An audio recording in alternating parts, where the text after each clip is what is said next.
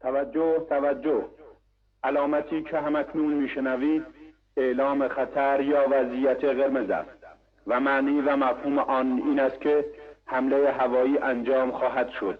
محل کار خود را ترک و به پناهگاه بروید.